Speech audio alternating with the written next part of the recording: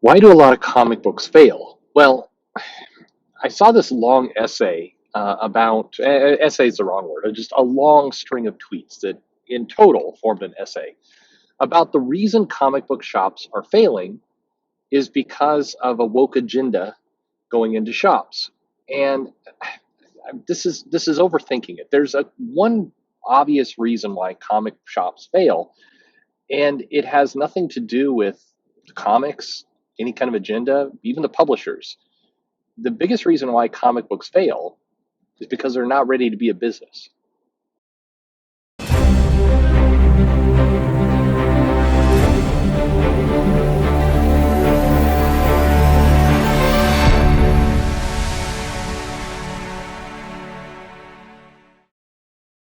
Hey everybody, this is Perch.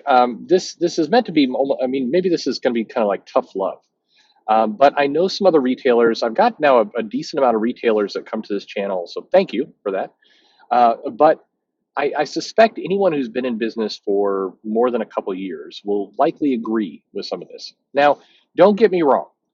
Poor marketing from the publishers, comic books that won't sell, being manipulative around who's drawing what, and overuse of it, all this kind of stuff that goes on. Those don't help. I am certainly not saying that if those things were done better, that life wouldn't be a whole lot easier.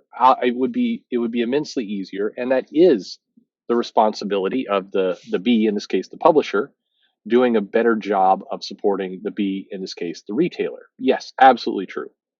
But comic book shops fail all the time, and the number one reason, the most common reason why shops fail, is honestly the same reason that most retail shops fail. The people who are running them aren't ready to run a business. Now, what does it mean to run a business? Well, for one thing, you're looking for profit. You're looking for market strategies. You're looking to kind of the name of the game is to sell product. That's why you open a shop. It is not to be a museum. It's not to fulfill a lifelong love of the hobby. It's nice if those things are connected. I think the best shops are ones that keep the eye on profit and love comics simultaneously. I think it's good for both of those things to come into alignment. But if you don't think about business, and what I mean by that is like there have been shops that have failed because they haven't paid their taxes. Why haven't they paid their taxes? They didn't know they had to. If you're going to open up a shop, you have to understand it's not like you go and you find a space and you sign a rental agreement and then you move your comic books in and then everybody comes and buys them. There's a lot of logistics you have to do. In some cases, you've got city codes to adhere to. You've often got agreements with whoever the ultimate landlord is of your rental property. You've got to work out how deliveries are going to happen. You've got to pay your taxes. Yes, you do have to do that. You have to keep accounting. There are a lot of stores that do accounting with yellow lined paper. The kind that might have in college. I went to a shop once looking to buy some inventory. The guy was about ready to close, but before he was going to close his door for good, he basically was going to kind of shed about 80% of his inventory and get down to the comic books that just he really had an affinity for. And I remember saying at the time, this is a bad idea. You're not going to be successful. You can't just, first of all, you can't just sell product you personally like. That's insane. And he's like, well, he used Brian Hibbs, although I don't think that's the right name. The gentleman down in San Francisco who runs a shop that is primarily based on indie, and I mean he's got an established clientele and everything, and it's worked. But that guy's had to stay in business for a long time. Yul Carter would know who I'm talking about, but it isn't. You can't just go in and kind of sell what you want to sell unless you are independently wealthy and you're willing to stick out a lot of loss. And even if you do the wrong things, you may get shut down anyway. You still have, basic laws to adhere to.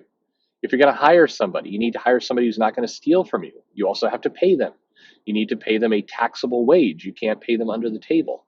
The biggest reasons why comic book shops fail is because people go into them and they have this kind of romance in their heads about running a comic shop. They've always wanted to. They were a comic collector and they always wanted to run a comic shop. They wanted to have conversations, kind of like the one-sided conversations we're having here, and they didn't realize that it was going to take work. It is running a shop means you got to wake up in the morning and you got to go to the shop. It means that you need to be open ideally 7 days a week, or, to put another way, all of the days. If you're going to have hours off, and bear in mind, if you go and you rent a space in a mini mall, there may be requirements about when you're supposed to be open. There was a shop that opened up in Alderwood, Linwood, up here in Washington, and the guy had in his head that he was going to open up at 2 p.m. And so he got a nice spot in this little kind of mini mall. And it's like, he starts getting fines from the space about how because they wanted him to open up at 10 a.m. like everything else in that mini mall. And that was in the rental agreement. And the guy's like mailing out to some of the retailers in the area, going, "This isn't fair. Come help me out." It's like, dude, we can't help you out. You signed a rental agreement. This was what was in place and in your shop. And I think, and so that it all goes down to kind of this one fundamental: before you go into business, you have to understand that you are going into business. And you can't. I started talking about it and I got distracted. I was mentioning, I've gone to shops and they do their accounting on steno paper. Like it is 2020. Even in 2000, that wasn't okay. You need software. You need to actually put this stuff into, I mean, good Lord, I was making fun of a guy who was doing stuff in Excel. And that's there's much better software out there to kind of manage your numbers, but even going to Excel is miles better than writing it down on paper. And I think there's a lot of, and some of this is the case of, maybe some people who are a little older, they've been comic shop fans their whole life, and this is how they did it back in the 70s and 80s, and they're just not going to change. And again, that you can choose to do that. You're just making your life very hard for yourself. You're having to put in a lot more work to manage your business. And if you're having to put in that extra work to manage your business, that's time that's going to go away from, managing your business, and you're going to fail. And so it dawns on me as I'm saying this, there's two things that I often say in videos that tends to drive people crazy. One is that whether I like the comic or not, my job is to sell it. So there's certainly comics I like and certainly comics I don't like. And people have pointed out that in the past, I've been wishy-washy or a fence sitter, as they say, about pointing out good things in a comic that, it's hard to do. And I obviously, sometimes comics push me to my limit. Iron Man 2020 certainly did that. But let's say, Vertigo is trying another go of it, and they're putting out Border Town, and they're putting out Goddess Mode, and they're putting out books like that. And I read these books, and I mean, Goddess Mode was not a good book. I didn't think that was a well written, well structured. It was kind of all over the place, and it basically stole tons of elements from other things, and in doing it poorly. But that said, if it's coming into the shop, I do have people that will be interested in Vertigo and interested in that type of content. It's not my job to stand there and tell them this book is garbage or I didn't like it. It's my job to deliver the comic to them and take their money. That is your job. And for a lot of people who go into the comic book business, they fail at that exact lesson. It doesn't matter what you think. Or put in the rock, it doesn't matter what you think. Your opinions are great for you, but your customers need to be able to spend money. It's your job to try and understand what your customers want so you order properly so you can sell those comics. It is not your job to tell your customers what they want.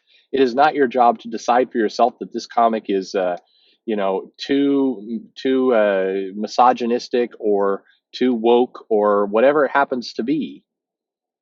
There's plenty of shops that do that. They're like, I won't let you buy this copy of X-Men because, it's just a bunch of guys running around with guns and shoulder pads. And that is stupid. If the customers want it, you sell it. By the same token, if somebody wants Goddess Mode, you shut up and you take their money. That's what you should do. Now, you need to be good with your shop. You need to, if somebody comes in and goes, hey, do you think this is good? They ask your opinion. You should give it to them fairly. But the best way before you start giving your opinion is to counter it with a, yeah, I mean, I can tell you what I like, but more importantly, what do you like? You're the customer. What do you want? I mean, if somebody comes in and they say, hey, I've got $10 and I have no opinions at all, I'm a blank slate, tell me what to buy.